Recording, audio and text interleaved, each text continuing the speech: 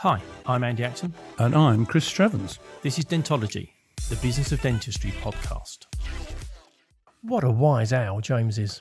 I thought it was brilliant. I mean, talk about wide-ranging and also that whole view, which is a dead right one, that we've heard a number of times about how everything is connected to your mouth. And I think the fact of what they're doing, I mean, it's not a dentist, is it? You know, that's just like, that's almost like your entry point. That's part of it. But this mouth-body connection, I think you're right. And that kind of temptation to fix it as opposed to explain, educate, and have somebody who's much more in control of their future health, of which dentistry is part.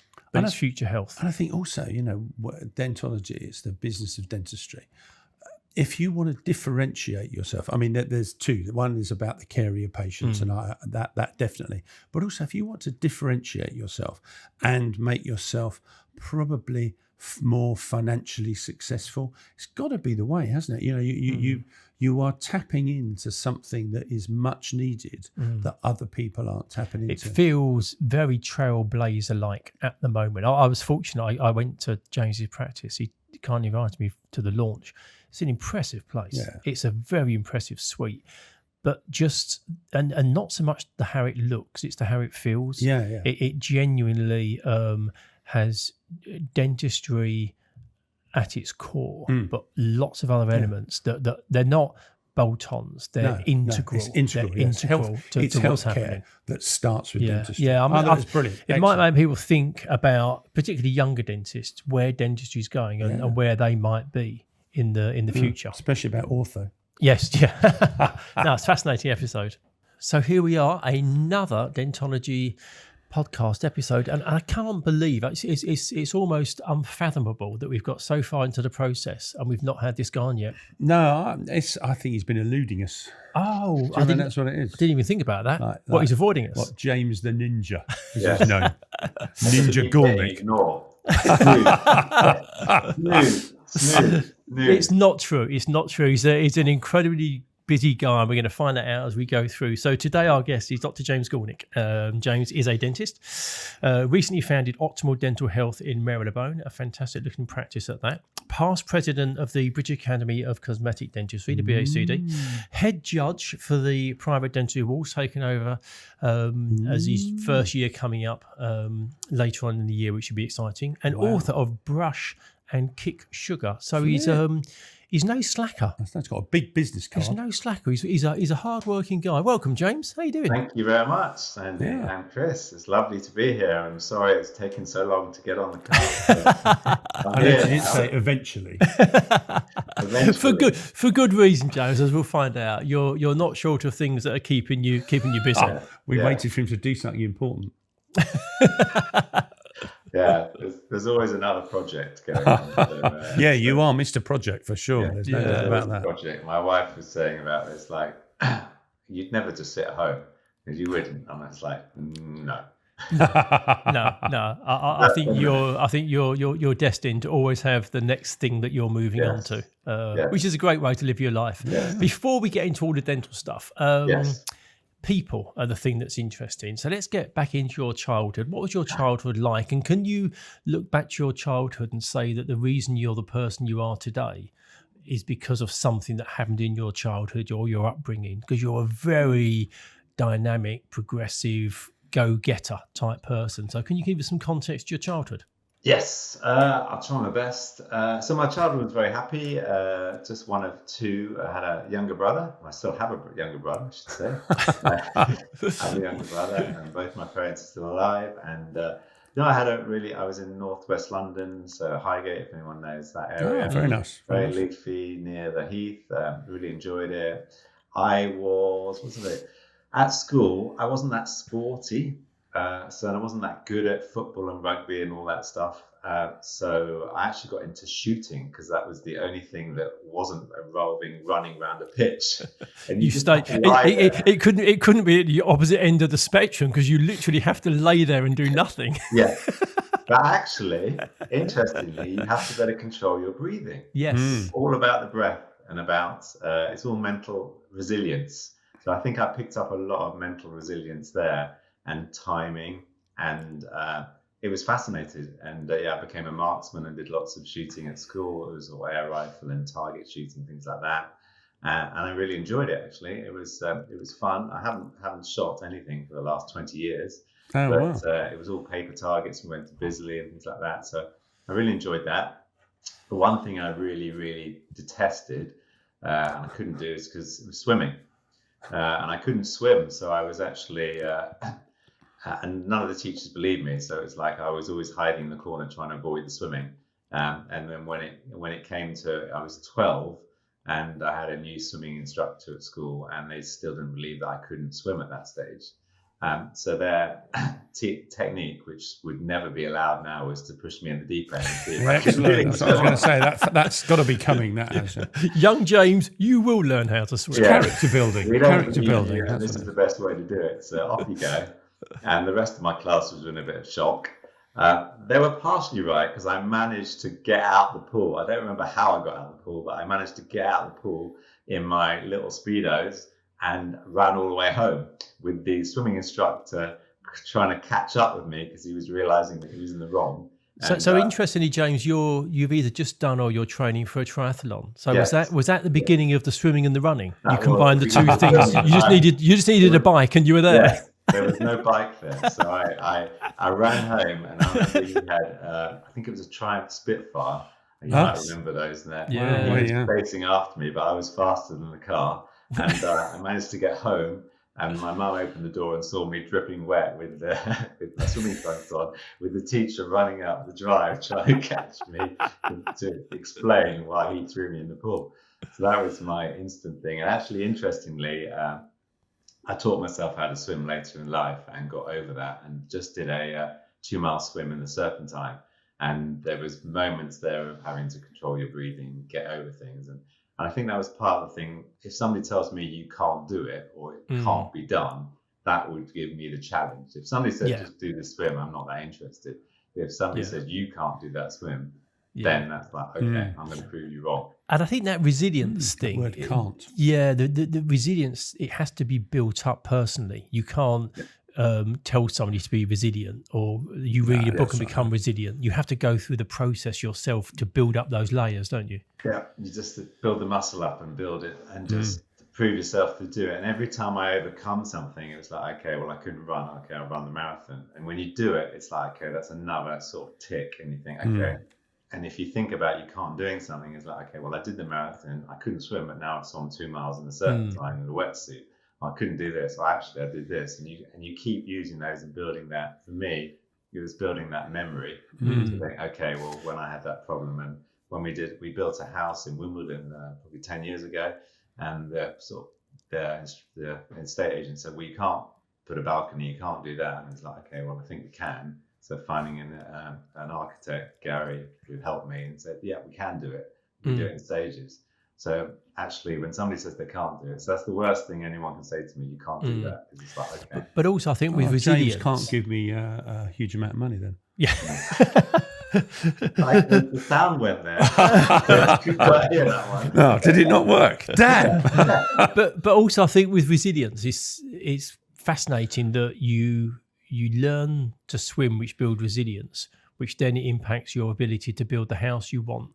So I think quite often people say, oh, yeah, but they stay in kind of certain silos and channels. Yeah. But I think if you build resilience and it gives you confidence to show you've had success, that success can lift and drop into a completely different part of your life. Part of you, isn't it? And give you the confidence to try something else in another part. It doesn't matter what it is. It doesn't have to be dental, clinical, whatever. But it's just some little thing that you store in your memory bank and that I've done that. Okay, I can do this. And just also pushing the boundaries of things. I'm not somebody who will go from like that to an ultra marathon. It's like I need the stepping stones and I need to see things. And also, if it's longer than probably a 12-month project, I get bored.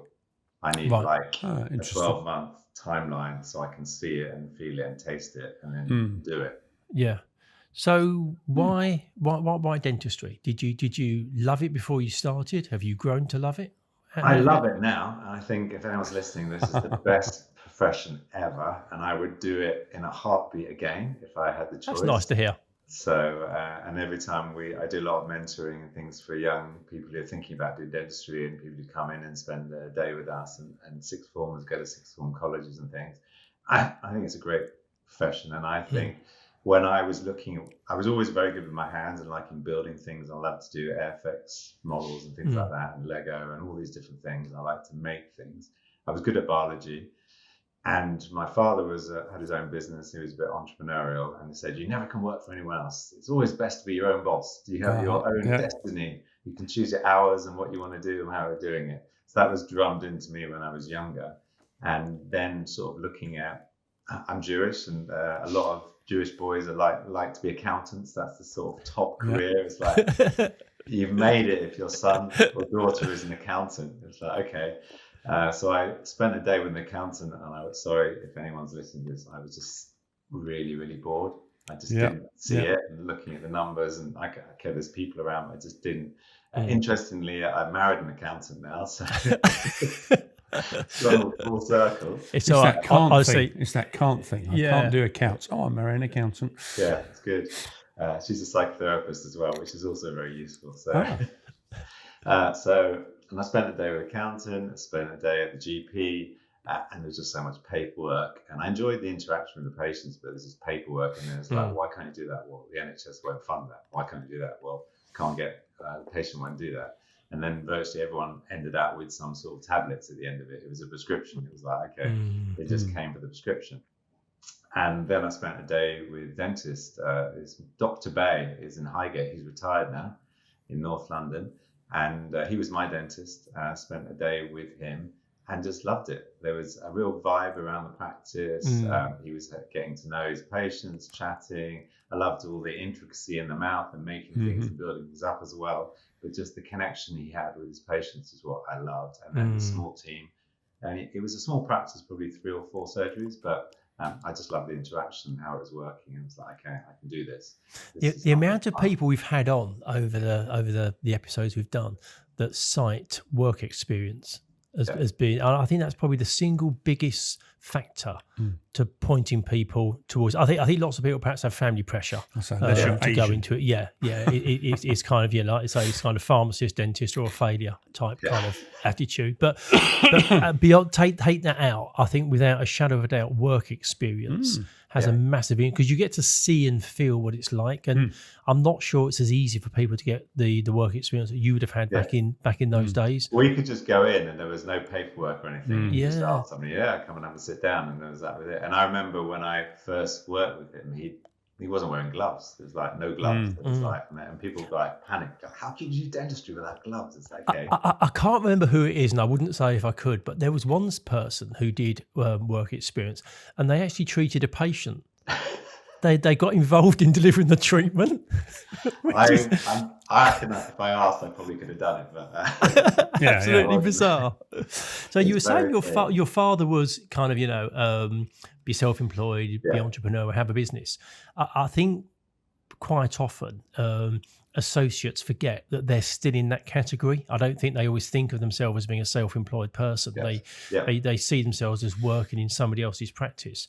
So you also did that for a period of time, but can you run us through the period from qualifying out of dental school, being an associate, and then you also then went on to found Bow Lane Dental Group. So what was that process? So, well, first of all, there was a sort of a leadership thing in there. I was quite shy at dental school, and they were trying to do a sort of student uni, and they was trying to have a dental school body. And they said, well, we need to do something. We had a meeting and chatted, and no one really wanted to do it. And I just thought, well, actually, if no one wants to do it, I'm going to do it. So I was president of the student body called Dentology at King's. And actually, it really pushed me out of my skin, because I had to then meet all the other dental schools and meet the other presidents as well, and host events. And we had, very funnily, it doesn't happen now, but we had to have all the reps who came around from different, I'm not going to tell you the names of the companies, but different companies trying to get students signed up. And the way they did it is they took the presidents out for lunches and dinners, and used to give us loads of gifts and freebies and everything, phones, whatever they wanted to do. And you can't do that now, but it's all bribery. Yeah. We had the event, I like the way you called it what it is. Inducements. They were just inducement. And they paid for alcohol, and it was like we were at the studio at King's, and we were at the top at Denmark Hill, and it was all about how much alcohol can you buy the students, then get them to sign up to various different things at the end of it. Very dubious tactics. So I did that, and that was really pushed me out of the comfort zone and made me sort of do a bit of leadership roles. And then I wasn't sure what I wanted to do. And at that stage, you could just go straight into practice. You could do 5 years dental school and just set up a private practice in Wimbledon Street and say you're a specialist and do what you want. But I wasn't confident enough in dentistry to do that. So we did. I spent 2 years doing various house jobs. So I did oral surgery, and that was amazing. Okay. And I think for all young dentists out there, try a bit of everything, because you don't know what you like until you actually do it and see what the job's like. So I can now take any tooth out, anybody, any situation. There's not a single tooth, touch wood. In 26 years, I've never better not take a tooth out on a patient. Brilliant. So, and that was just the fact that you just saw everyone. You had these massive Afro-Caribbean people who had these teeth, and you were like struggling. It's like, okay, this is all about technique. So I learned loads and loads doing that. I was at King's and George's as well, and also did the house job. You had to do sort of on call. So you spent all night and stitching up faces and things like that. So nothing would sort of phase you. You have these very drunk people breathing all over you, vomit everywhere, and you're trying to stitch up their face from having a bite. It was nice, lovely at 3 o'clock in the morning. Did you think about being an accountant at this point? No, I didn't. Actually, interestingly, it put me off alcohol. So at dental school, there's various things that happen in my life, but at dental school, I love cars. I still love cars. So I used to drive around a lot. And I'm one of these people who doesn't believe if you drink anything, you should be driving. So I wouldn't even have anything. So I used to drive, and I used to end up being a designated driver all the time. So driving everywhere, and then stitching up people who are drunk, who had various different accidents, who it made me realize that alcohol doesn't do anything for me. So I only drink at birthdays, funerals, and bar mitzvahs. So if you invite me to any of those, you'll see me with a glass of something in my hand. Otherwise, I don't touch alcohol. And that's part of the holistic journey I've gone through. And I realized that when I drink something, I just feel rubbish. So it's like, why am I bothering? I mean, some people feel great, and some people become the life and soul of the party after having a few drinks, but I just feel rubbish. Like, okay, it does make you think, with people having a lot more information on their personal performance, like wearables, Whoop and type things. It does make you wonder whether in 10, 15 years from now, and particularly with the advent of much better alcohol-free drinks, we could see a massive drop-off in terms of alcohol consumption. Might get cheaper. But young people, I don't think it's stat about young people don't drink now, isn't it? No. Yeah, I actually don't think it's trendy anymore. I think it's actually sort of trendy not to drink, and people are into that more holistic care and things like that. So I think people are much more aware of it, and the trackers where they've got their oral rings or Whoop bands or things like that realize when they drink, their sleep is not as good, their recovery is not as good. It's like, okay, why am I bothering? It's just a waste of time. And I think we're in a world now where there's lots of high-profile people who are coming out and saying, I've stopped drinking for the very reasons you've just said, like recovery, sleep disruption, and everything else. So, it wouldn't surprise me if that industry is going to have a real problem down the line. So moving towards those alcohol-free versions could be their saviour. It's no longer caliber. So I did that. So I did hospital jobs and realised I didn't like the hours. The on-call wasn't great, and the pay was rubbish. But I learned loads of stuff, and nothing would faze me. People would fall over and collapse and have heart attacks on the ward and things like that. And took bloods, did all that stuff, and it was great. I did some maths facts things, and then went into practice, NHS practice, and various mixed practices at the time. And learned from some amazing people, just general practices, and just seeing how they ran the business, because I was really then becoming quite fascinated about the business model and how it can be profitable and how you can still deliver excellent clinical care but actually make a profit as well. And looking at how we do it. And I remember one of my first principals was Vijay Brittani. It was in Thamesmead. So it was mixed practice, but he really understood about marketing and about promotion, and how I didn't realize at the time, but it was about getting patient stories and sharing those stories with people. And obviously we didn't have all the social media stuff we had then. So it was all about getting people to write letters and writing what their experience were, and taking a photo with them and putting it on the wall. So he had a whole bank of all photos of him with various patients and stuff. So it was all about, it's more about than just fixing teeth, because at the stage it was like, okay, well, dentistry is just fixing teeth. Well, no, it isn't. There's a whole person behind that. And if you get that rapport and the relationship, one, you won't get sued, and two, you'll have a much better career. And one thing I noticed with a lot of younger dentists when they spend time shadowing with us, they're just petrified of being sued, and they want everything signed. Everything has to be in writing. They have to do it. And there's all these, I know there's AI tools now where they record the whole conversation, transcribe it, everyone puts it on, but it stops the relationship, because it is about a relationship. And if I've spent 10 years treating you, Chris, and I've got a great relationship with you, when something goes wrong, because there's always going to be something going wrong. Sure. It's life. It's life, and it's dentistry, and there's materials that won't set, or something doesn't work. You go, look, I'm really sorry, Chris. I thought this would work. It hasn't worked, but this is what the solution is. I'm going to give you money back, or we're going to do this, this, and this. And this is why I'm just being honest. And it's how you deal with it, isn't it? Nothing it won't make any difference. And I'm in touch with, I've never been sued. And I've made loads of errors, and things have not gone right, or we've done whitening and the color's not right. I'm just like, first thing first is, I'm really sorry, it hasn't turned out how I expected. Give your money back is one of the options, or let's look at the different options that how we can do it. Every time that's happened, they've either referred their friends and family and other people, stayed as patients as well, and it's a win-win. And I think that when you start putting money involved in clinical treatment, it makes it harder. But no matter how many papers they've signed, if you've got a relationship and you can just stop and say, actually, it's not worked. And that's, again, knowing your limitations and knowing when to ask for help.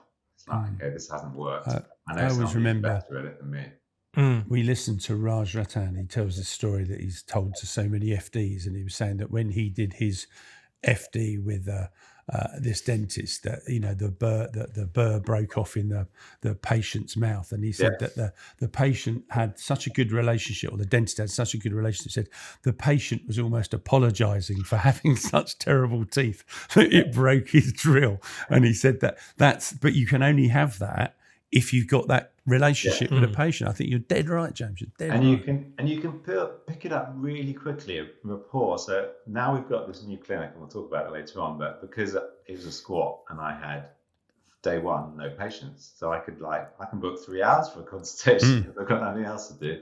So we started off with an hour and a half consultations, and now we're down to an hour. But I can get to know so much about somebody, and we don't even look in the mouth for the first 30 minutes. So it's all about their relationships, about their sleep, their diet, their exercise, what supplements they're taking. Interestingly, like asking them sort of what toothpaste they take, and it tells you so much about somebody. It's like, okay, well, I don't know. I buy the cheapest stuff, whatever's on offer on the supermarket, they might say, or they might go, well, I go to Holland & Barrett and buy this aloe vera one with this.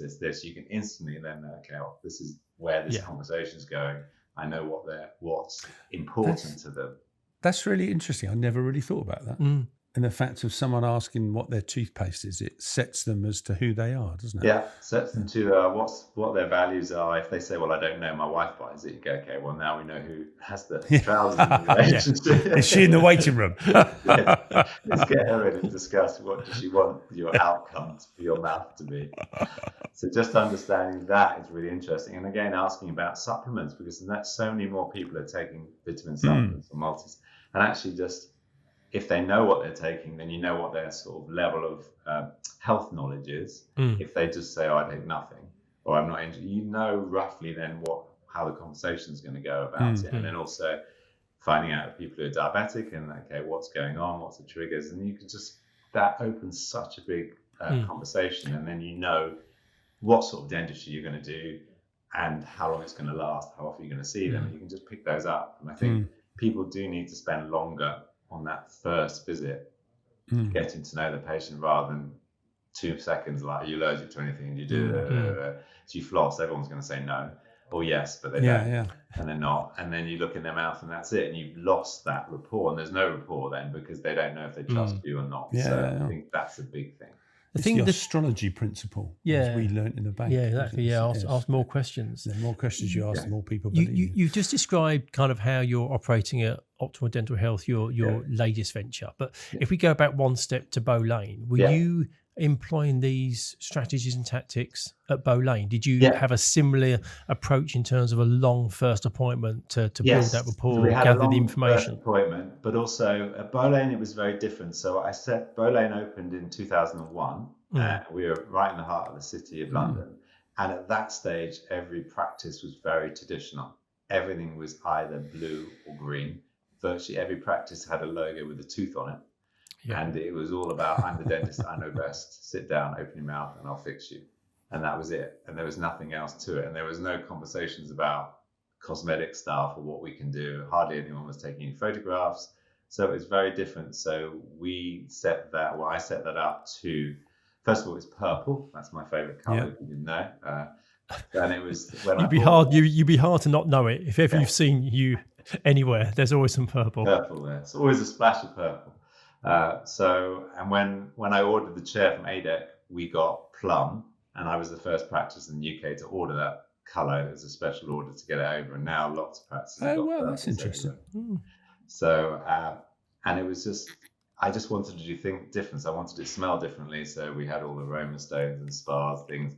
We had video glasses to people watch glasses. So we wanted it to smell, look, and taste different. So we spent ages sourcing a mouthwash that was didn't taste like the mint, because everything is mint mouthwash. Everything's the same. So we wanted to try and find something a bit more natural. And that was very front foot 2001. Yeah. And what was your logic? Because for people that don't know, Bow Lane's in the City of London. Yeah. So it's the District of London, which typically has bankers, stockbrokers, large law firms. What was your logic to centre yourself right in that part of town? Champagne bar just up the road from where John's practice was. I think it's shut now.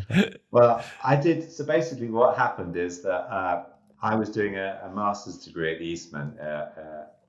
So that was Gray's Inn Road. So that was sort of just off the city, so not far away, Chancery Lane. So I was working there. I liked the environment. And then there was an advert in the BDJ for somebody, they wanted an associate to help set up a squat practice. So I thought that was exciting. So there was an American dentist that actually came over, Greg, and he put an advert and he interviewed me. And basically he bought a building, or bought a lease, and he wanted to put a dental practice in it. So actually, I helped him set up the practice, and he had four practices at the time in the US and wanted to have one in England. And his sort of USP was about Japanese patients. There was a lot of Japanese patients coming into London and not having a Japanese speaking clinic. So his one was actually having me as a dentist, but having a Japanese receptionist and a Japanese nurse could do all the translation. So I got to learn how to set up a squat with somebody else's money, which is the ideal thing. Started with one surgery and got up to 5 surgeries. All the admin team and clinical staff were all Japanese. I learned a few Japanese words, which don't ask me to say anything now, but which tooth hurts and how long it hurt for. That's my Japanese. But it was interesting because I got to see a squat and how it works, and he'd done a few before. And also, because he was in America, he used to come every sort of 3 or 4 months. So we did lots of phone calls and things to discuss it all, but actually learning it with somebody else's money. And that was in Finsbury Circus. So, and that was in the heart of the city as well. So, and I just love the patients because money was not an option. They were not talking about that at all. It was all about what the best treatment is, what you suggest, and also they were very, very time poor. It was like, okay, I need this tooth fixed. I need it done by tomorrow. What can you do? It's like they bring the lab, do things out. So I got to learn to do things very quickly and realizing what the city people are like. And actually, it was very nice because it was sort of 8 o'clock in the morning till 6 at night, nothing at weekends. There was no on call, and it was brilliant. So I thought, okay, I like this environment. I want to do something different. And I got a massive map out and pinned all the practices around there, looked at what facilities they had, how old the dentists were, things like that. And I wrote to them all saying, is anyone interested in retiring or selling? And it was a handwritten note, sent it round to them. I didn't get any replies from any of that. But then plotting it all, realized that there was an area where there wasn't any dentists. So I hired an estate agent to find a site for me, and that's how they found Bolane. And it was all anonymous, and no one knew what it was for. And it was great because when we got it, it's a pedestrianised street, so there's a massive footfall of people coming at the mornings and at lunchtime. Loads of cafes around there, so people go past. So there's a massive thing, and it was on the first floor, so there was a ground floor entrance, which was great, but we didn't have to pay the heavy rent and for the shop front, shop front. And that was obviously shop fronts are now all over the place, but at that stage, every practice was above a shop. Dentists were always hidden away upstairs where no one wants to see us.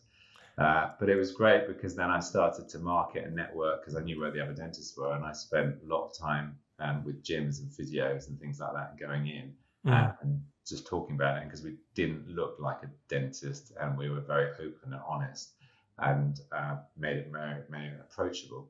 It was very, very different. And the marketing we did was loads of really weird things. So we had an A board outside in the street because there was so many people going to and from past it. And we just, every day we changed the A board with different signs. So you never would see the same A board more than once. And that was a great way of just fascinating of saying, okay, what's working? What are people stopping for? No QR codes at that time. It was just a phone number. And then the one that stopped the most was one oral sex and other things you don't expect at your dentist. And people just stopped. And were like, what is this? We did things, and we did silly ones with people opening bottles with their teeth, photos and stuff. They're all graphic images, really short start things. They were like interruption marketing. Now I know what it was, but at the time I didn't. But it says so much about you, the business, approachability, sense of fun, but it's still within the wrap up that it's oral healthcare. So they know they're still going to, a quality establishment, but it doesn't mean it's got to be sterile and clinical and stuffy, which is quite a smart position the early to take. A/B testing. Exactly. A/B testing on the boards. We had sometimes one side was a different message than the other side. So in the morning they get one message, or the evening they get another. Yeah. So there's probably a joining piece here, which is around kind of the mouth-body connection, which I know you've had interest in for a long time, and you've written books on sugar and the impact that has on us beyond oral health. You then sold Bolane, and you then set up Optimal Dental Health, which is much more about putting the mouth back into the body. Tell us about that kind of transition from leaving Bolane and coming over and your own thinking. So I was at Bolane obviously 23 years. We grew it from 1 surgery to 8 surgery, and we had every specialist in there and a lab on site, and realizing sort of in the last sort of 10 years that I had this great relationship with patients. They all knew what not to do and what to do for diet and nutrition, but certain people just kept coming back with tooth decay and problems, and I didn't want to just keep filling their teeth, and thought there must be a better way. And they knew that sugar was bad for them, and they knew their diet was not great, but how can they do something about it? And then I stumbled across this research paper that came out to say that if you cut down on processed food and sugar for 10 days, your taste buds would reboot, because your taste buds tend to change every 10 to 14 days. So actually, if you can get people through that initial period without the processed food and the sugar, you can actually switch things around, and suddenly that Diet Coke suddenly tastes so much sweeter than it used to before. So it's like, okay, how can I get people through that? What tools or techniques can I use? And I've got one of my really good friends who's a patient of mine as well, who's a chef, and we were talking about what can we do? And it's like, okay, let's do 2 weeks worth of recipes. So we have 2 weeks worth of breakfasts, lunch and dinners. And I said, well, I don't know enough about nutrition, because at dental school, they just tell us that you eat sugar, the bacteria ferment it, produces acid makes holes in the teeth, that causes cavities, and that was about it. And then you just throw fluoride on everything, and that will stop the decay. And that's like, look at that summarize a year of dental school in 2 sentences. That was it. So we didn't get any of that, and I'm like, okay. So I then reached out to find a nutritionist who was interested in working it, and found this lady called Jenny Phillips. So I started working with her, and then looking. Obviously, I'm not a chef. I can cook, but I'm not a chef. I was like, okay, we need a recipe formula.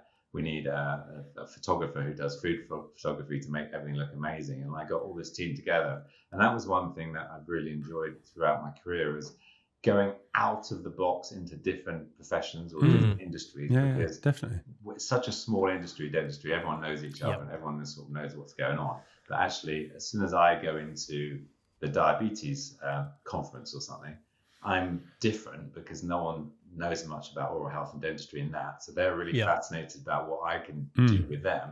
I'm fascinated about what they do with their patients, and we cross-pollinize. Quite exciting. And things like that. So going into the food industry, learning about how food photography works, and that was fascinating. They were really interested about teeth and digestion and all that, so we could teach each other things. So then writing this book called Kick Sugar, and then getting it out there to patients to say, well, if you want to do something about your diet, this is something you can do. And then starting the sort of Kick Sugar 2-week program to try and get people off sugar. And the whole thing was, it was never writing a book, it was never about making any money. It was all about what can we do to try and encourage people and help them. And there's a whole section about toothbrush. But you're also battling a monster, aren't you? Because the food industry is heavily pushing to make sure that we keep eating the stuff that's very profitable. So they don't want guys like you bugging it up. They don't want us. We've got the marketing budget they've got is unbelievable. They know all about the sort of the bliss points and how to make food irresistible, and they put all the different sugars in there really just to make it taste better, to give the shelf life longer and just make us more addicted to it. So it's not because it's got any nutrient benefit at all. So battling them is going to be an uphill, massive struggle. And then you go on to, well, once that happens, they get on to pre-diabetes, and then they're diabetic. And then suddenly you've got the pharmaceutical industry who are desperate to get people onto metformin or insulin or whatever they want and keep you on that. And then you've got all the other things like, okay, well, you don't need to do that. You can have all what you want, and then we'll just give you another drug to stop you to lose weight. And it's like, okay, there must be a better way. So it's like, this is an entry point, almost the business card. The book is a business card to get into these different industries. Okay, well, I'm an author, I understand about this. This is a tool you can use if you're interested in making a change. Same with, we use continuous glucose monitors now with our patients to say, well, look, if you want to try and make a change, you need to understand how your body is processing what you're eating at the moment. Because, for example, if I have a chocolate bar, my blood sugar may not even move at all. But if Andy, if you have it, yours will go spike off the roof. But you don't really know. So two people can't have the same diet and have the same outcome. So for me, it's all about how you feel after you eat your meal. So if you have your meal and you feel refreshed and alive and loads of energy, then great, you've eaten the right things for your body that it needs at the time. But if after your meal you feel really tired and lethargic and want to sleep, then maybe you've not really eaten the same thing, or you feel sick or whatever, or you have bowel issues. So using the continuous glucose are brilliant. They're like 40 pounds. They connect to your smartphone. And then for 2 weeks, every time you eat and drink something, it tracks what your blood glucose is like. And ideally, we want to have a nice stable blood glucose throughout the day, and making sure you have 3 meals a day, make sure there's a big gap between the last meal and when you go to sleep, and then looking at what works for you, what encourages you, what works for you. Some people can have caffeine in the morning, it affects them not at all. Other people, it really affects their sleep. So it's just getting the metrics. And I found with our patients, they're really interested in having some sort of baseline. So when I first see them, whether it's the bleeding score, whether it's their HbA1c level, which is, we're doing a lot more baseline testing. So we're testing their bloods to look at what how well their blood sugar is being controlled over the last 3 months. And an HbA1c is a really simple test. We get them done at Randox Health for about £25. But it's a really good idea of showing somebody, okay, you're on the edge of pre-diabetes. We need to do something about it. Wow. And we can see it in the mouth with mouth inflammation. We can see it with tooth decay. We can talk to them about sleep, and we can do an overnight sleep test to see if they've potentially got sleep apnea. Wow. And there's a lot more now that as dental care professionals, we can sort of go into the sleep type of market. You can go into nutrition time, and you can have a much bigger impact on with your patients rather than just fixing their teeth. You can actually say, well, I've been seeing you for the last few years, but I've noticed that you've been clenching your teeth recently, and the last few years I haven't noticed anything before. What's going on? For anyone that scrubbed forward 30 minutes and started listening to this conversation, they probably wouldn't think that we're talking to a dentist, because this is not a typical conversation with a dentist. And just teeth. well, the services you've got within your practice, there's a dentist, you do the dentistry bit, you've got a nutritionist, a health coach, a myofunctional therapist, and a psychotherapist. Yeah. So is this the direction of travel where you see oral health going? That you can't just look at oral health in isolation. If you're not looking at all the other things you've just been talking about, you're not going to get the great outcomes for patients. All health is connected. The mouth is the body. And there's been so much talk in the last few years about GI health and gut microbiome and all that things. But actually the mouth is the gut. That is the start. Whatever we put in there goes in there. So if we can have some influence over that and inflammation, because we are getting sicker and sicker as a population, despite fluoride, all the other different things that are involving, we're still getting tooth decay. In the last 10 years, the number one reason sort of 6 to 9 year olds get admitted to hospital in the UK is from having teeth out for dental decay, which I think is madness, appalling. isn't it? Bonkers. It's madness. And it's all preventable, and it's all down to diet. And they keep going on. And you read these debates about let's fluoridate the water. Well, first of all, fluoride doesn't work when you ingest it. It has no effect systemically. The only effect it has on your teeth is a topical effect. It will harden your teeth, will make them more resistant to acid attack, but it only works as a topical effect. So why would you be drinking it? It makes no logical sense. And I think, well, let's just teach everyone how to brush their teeth, and they can eat what they want. Well, that doesn't work. You can eat loads of rubbish, but you can't outbrush a bad diet. So if you're brushing, you've had your Mars bar, it's fine, I'll just brush it away. It doesn't work. You swallowed it. It's doing the damage now. So I think this country has gone crazy, and it should be going back to spending money on not toothbrushing. It's too much about education, and it should be looking about what our food market is like, how easy it is for people to get healthy food, and educate them about what is healthy, what isn't healthy. And I mean, lots and lots of supermarkets now are trying to make a change and try and reduce some of the stuff, but most supermarkets, 80% of the food is processed or ultra processed. If you look at what an ice cream was 20 years ago, it was basically sugar and cream and maybe some fresh strawberries or something. Now there's nothing that's actually really that you'd recognize. If you look at most of the ice creams, it's all E numbers, preservatives, additives, flavoring, sweeteners, all the rest of it. But it has to be driven by us, though, doesn't it? Because the supermarkets just want to make money. Yeah, so all they want to do, they want to sell the stuff that we buy. And if we just continue increasingly buy processed food, sugar-based food, they'll just keep selling what we want. So I think you're right. Until you get the education bit right and people choose and want to buy different things, the same stuff's going to be on the shelves. But also you need to make it accessible, don't you? That's the thing, isn't it? It needs to be cheaper. You don't ever see a buy one get one free offer on apples or no, that's right. That's very true. Yeah, when you last see a buy one get one free on spinach? Yeah, that's right. It's very true, though, isn't it? It's always on other things. It's on things that are addictive and bad. Yeah. People take the time, and I've got 3 kids, and actually spending time with them, teaching them how to cook. And you go to the supermarket, they choose things, and we make things together as a family, and they taste it and they have impact on it. That is the way we need to be going as a family, and not the quick. What's it like from? How old are your kids? So my youngest is 10, and my oldest is 23. So what's it like, not so much the 23-year-old, or maybe it is, when they go to someone else's house for food? Yes, so what we try and do, and this is what I try and do with my patients as well, I have an 80-20 rule. So 80% of the time you're eating things that nourish your body. So they're all ideally seasonal, fresh fruit and veg, fresh food, meats and everything else. They eat everything. But 20% of the time they eat rubbish.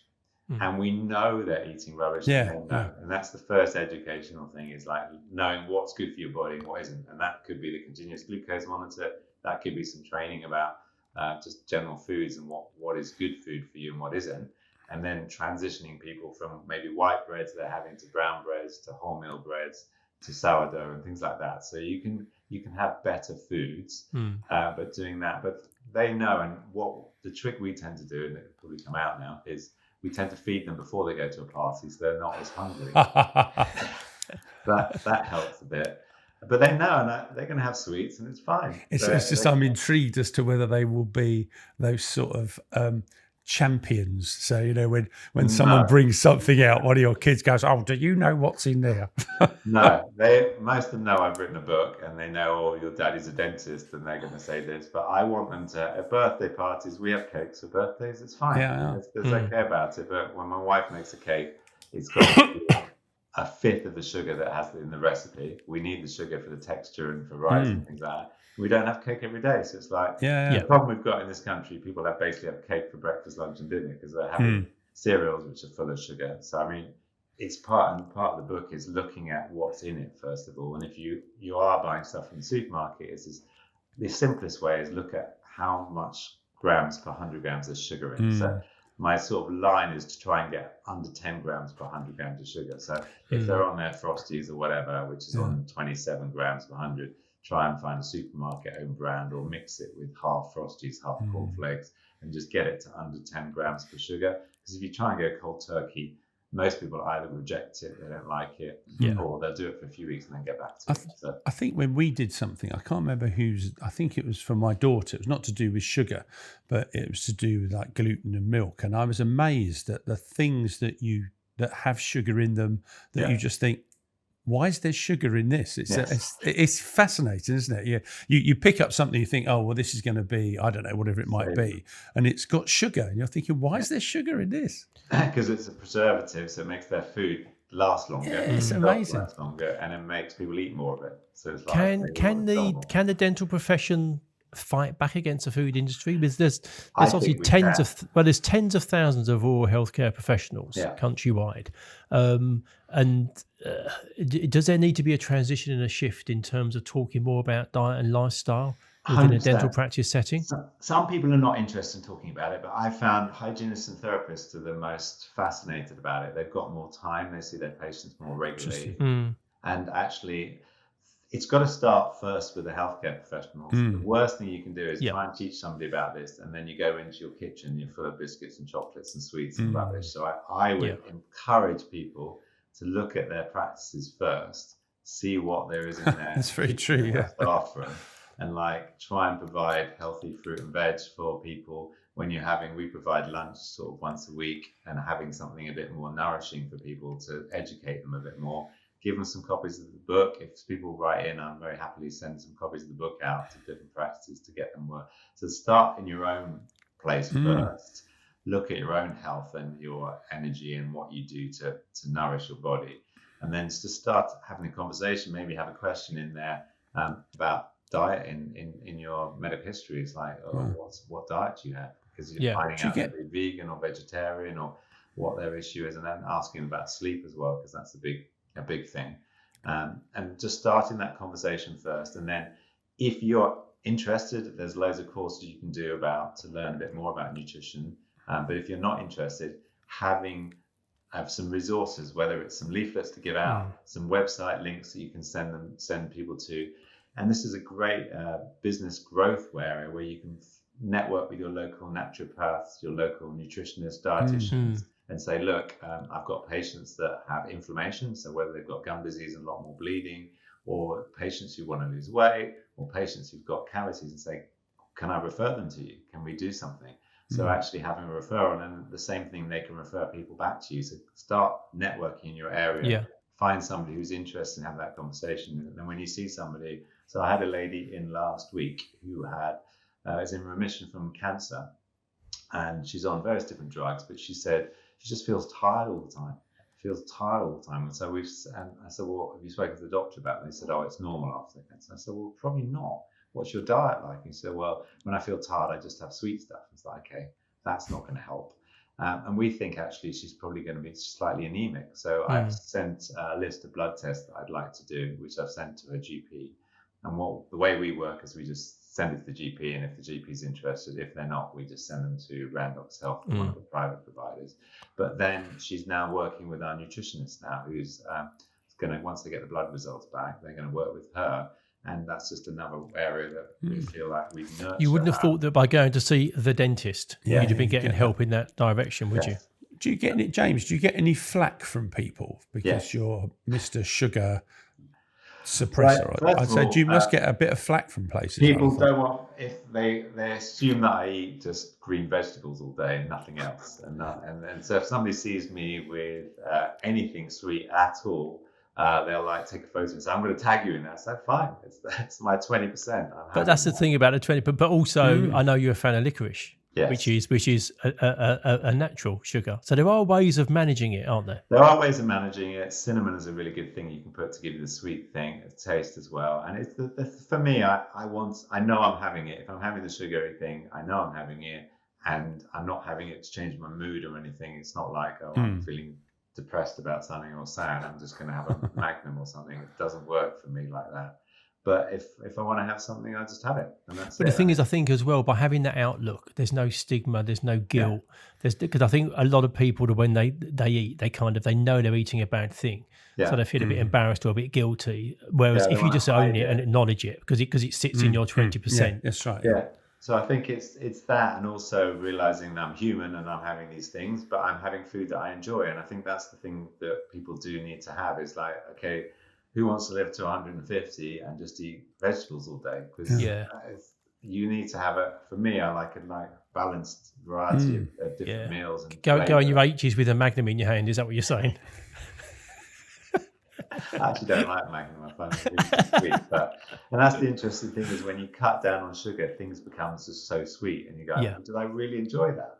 That's like mad. And then, so I love 80% chocolate. That works for me. I've tried the 100%. It's just too bitter. Too dark. It must be a bit like a smoker, I suppose, isn't it? They say, isn't it, if you're a smoker and you stop smoking, which must be your taste buds regeneration, suddenly they're all going, oh, I never knew this tasted like this before. So it's just that education, but also the patients, now they know what I enjoy. They talk to me more about that. We have really in-depth conversations, and people go, well, actually, my school keeps giving out desserts every lunch. My kids get desserts, and I've just had enough of it. They don't need desserts. Let's just give them bigger meals, more protein, and they don't have a dessert. And some schools so I write a letter to them and put some evidence and some research papers in there, how kids behave better when they're not full of sugar.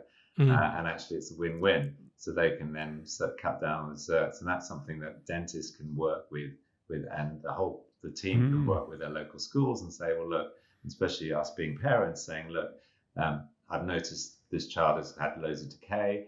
We know that there's a problem with the diet. Obviously, some of it's going to be from home, but some of it's at school. Can we have a chat about how we can better fuel your children so they behave better at school as well? Because we know that there's a big increase in ADHD, whether that's people being diagnosed more, but it's more likely that it's the environment that we're involving our kids in. There's a big change, and I think that's something that we, as healthcare providers, we can have that conversation. And when you start networking with other providers in your area, it's a cross referral for both of you to osteopaths, chiropractors, all the rest of it. But also the patients will build a better connection with you because they think, well, I'm understanding, and I'm going to see them again. I'm going to see James again in 6 months' time. He's going to ask me about my flossing techniques. So I need to do something about it. So making them realize that, okay, there's something we can do together, and not being shy. Because what I don't want them to do is not come back to see me because they're embarrassed. It's like, I want it to be an open conversation. It's like, okay, we're not perfect. It's a journey, and how can I best support them? Well, you're back to your relationship, aren't you? Yeah. James, brilliant. Absolutely wonderful. It's time to wrap up, but we can't let you go just yet. Oh, no. We have a couple of questions for you. So, first one is, you're a fly on the wall. Where are you and who's there? What's going on?